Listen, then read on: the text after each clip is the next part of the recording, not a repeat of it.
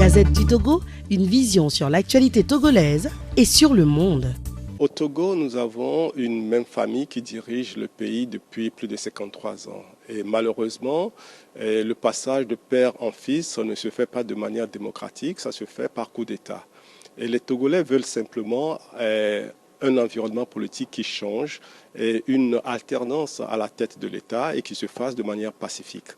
Et pour cela, les Togolais veulent que l'environnement électoral soit un environnement équitable et transparent, et ils veulent avoir des dirigeants politiques qui leur accordent la possibilité de s'épanouir, la possibilité de contribuer à la production de richesses nationales. Aujourd'hui, ce n'est pas le cas. Je vais vous dire une chose. Au Togo, il n'y a pas une seule entreprise privée qui ne soit pas affidée au pouvoir, qui ne soit pas amie du pouvoir. Ça veut dire que l'investissement privé même n'est pas aujourd'hui quelque chose de libre. Et si l'environnement, le climat des affaires n'est pas bon, nous ne pouvons pas avoir des investisseurs ni qui viennent de l'intérieur du pays, ni qui viennent de l'extérieur du pays pour contribuer au développement de ce pays-là. C'est pour ça que les Togolais ont besoin d'être détenteurs de cartes nationales d'identité. Aujourd'hui, plus de 85% des Togolais n'ont pas de carte d'identité. L'Organisation internationale de la francophonie même a souligné que plus de 75% des Togolais n'ont pas d'acte de naissance.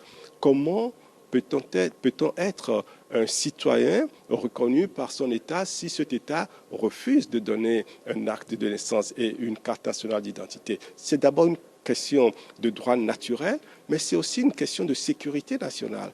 Parce que vous savez, aujourd'hui, on a noté la présence d'un certain nombre d'acteurs de terrorisme au nord du Togo. Il est important que les Togolais puissent contribuer à la lutte contre ce fléau.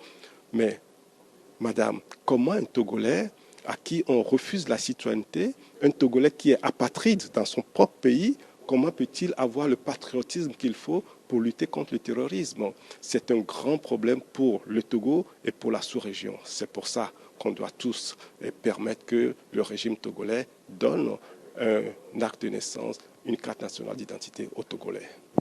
L'Union européenne donne les subventions directement en Togo, mais une des priorités, c'est la réforme institutionnelle.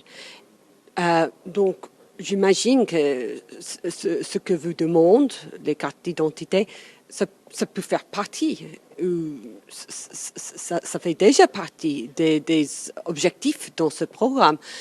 Qu'est-ce qu'on peut faire que l'Union européenne moniteur que le progrès est fait? Écoutez, vous savez que l'Union européenne et le Togo ont signé un accord, ce que nous appelons les 22 engagements, quand l'État togolais s'est engagé à prendre des mesures pour améliorer les conditions démocratiques. Et la question de la carte d'identité figurait parmi ces 22 engagements. Aujourd'hui, nous sommes en 2019. Depuis 2007, la question des cartes d'identité n'est toujours pas réglée. Donc je pense que l'implication de l'Union européenne dans la construction des institutions est une bonne chose. Maintenant, il faut que cela se traduise par des faits concrets qui touchent le quotidien des Togolais. Et l'un des points forts des quotidiens des Togolais, c'est d'avoir une carte nationale d'identité pour accéder aux services de base bancaires ou simplement pour avoir le droit de circuler, de pouvoir sortir du pays. Les Togolais deviennent des prisonniers dans leur propre pays.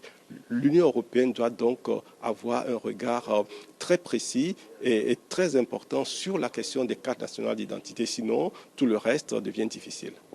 Mais c'est très important aussi, vous avez dit, pour le droit à voter. Et vous avez les élections en avril 2020. Est-ce que c'est possible? Est-ce que vous croyez que c'est possible qu'on peut régler cette situation avant les élections? Est-ce qu'il y a assez de temps?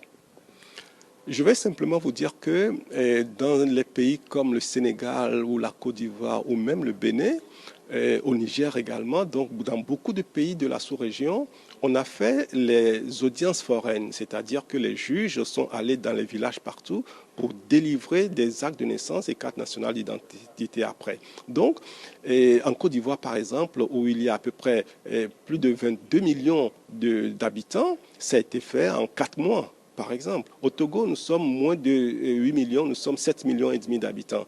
Donc avec la volonté politique, en 3-4 mois, cette question des cartes d'identité est réglée. Et ce qui va permettre aux citoyens togolais d'être des acteurs qui participent à la construction du pays. La Gazette du Togo, une vision sur l'actualité togolaise et sur le monde. Rejoignez-nous sur le www.lagazettedutogo.com ou sur nos comptes Facebook, Twitter et YouTube. Pour tout contact, écrivez à contact@lagazettedutogo.com ou appelez le 92 80 88 53. La Gazette du Togo, c'est l'information en continu.